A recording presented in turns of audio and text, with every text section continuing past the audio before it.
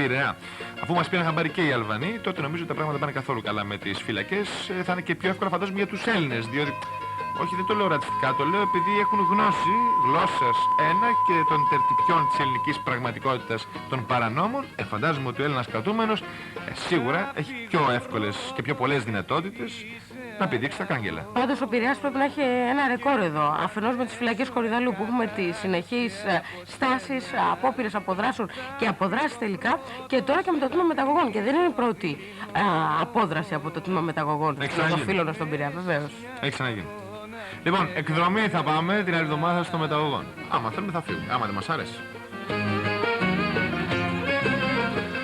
Αλλάζουμε θεματάκι και πάμε σε ένα που έχει ενδιαφέρον. Κυρίες και κύριοι, μας αρέσει η αυστηρότητα και η πυγμή με την οποία το κράτος θέτει το θέμα των κατοικιδίων ζώων, το επαναλαμβάνω ζώων, και όπως πληροφορούμαστε θα πάρθουν μέτρα, σκληρά μέτρα που θα αφορούν από τον σκύλο, τη γάτα, τον πίθηκο, γιατί υπάρχουν και κάποιοι πολίτες δυνατοί που έχουν και πίθηκους, ξέρετε, μέχρι και το καναρίνι. Μέχρι και το πτηνό καναρίνι.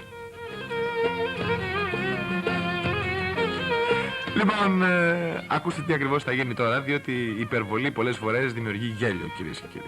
Ωράριο, ναι, καλά ακούσατε. Ωράριο θα έχουν από εδώ και στο εξής τα κατοικίδια ζώα και τα πτηνά στις εξόδους τους. Εξόδους όχι μόνο στα πάρκα και τις αυλές, αλλά και τα μπαλκόνια των σπιτιών, αφού νέα διάταξη των Υπουργείων ΠΕΧΟΔΕ και Υγείας προβλέπει περιορισμό τους μέσα στο σπίτι, διότι προκαλούν η χορύπανση.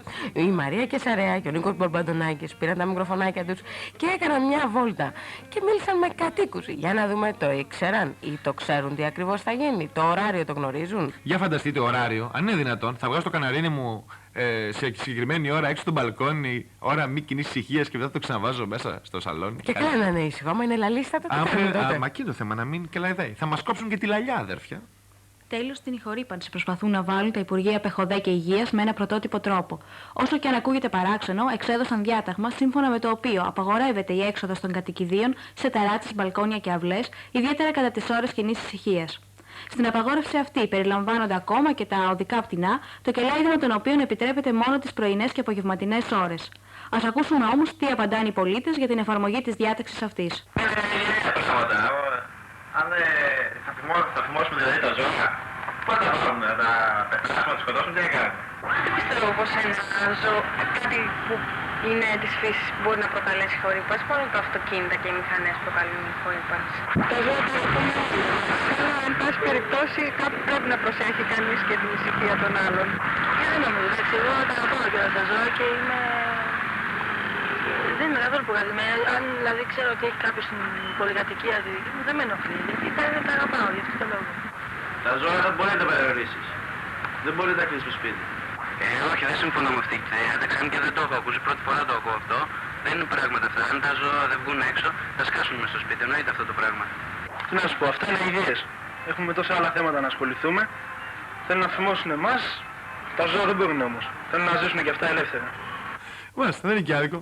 Φημώσαν εμάς, θα φημώσουμε και τα ζώα, θα ακούγεται εδώ πέρα. Κυρίες και κύριοι, αυτό που έχει ενδιαφέρον είναι, για να μην παρεξηγούμαστε, ότι στις σκέψεις, μάλλον στις αποφάσεις, περιέχεται και η απαγόρευση και στην αυλή. Δηλαδή, αν έχω αυλή, δεν μπορώ να έχω το σκυλί μου στην αυλή μου.